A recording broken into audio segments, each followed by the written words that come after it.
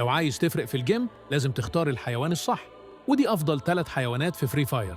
النمر الأسود بيزود مساحة المخزون في الحقيبة، وده بيخليك تقدر تشيل ذخيرة وأدوات أكتر. رقم 2، الحيوان ده اللي بيعطيك قوة إضافية للخوذة والدرع، يعني التحمل عندك هيبقى أعلى وتعيش أطول في الجيم. رقم 3، الحيوان ده اللي بيزود مسافة رمي القنابل، وده هيخليك ترميها بعيد وتفاجئ خصومك بسهولة.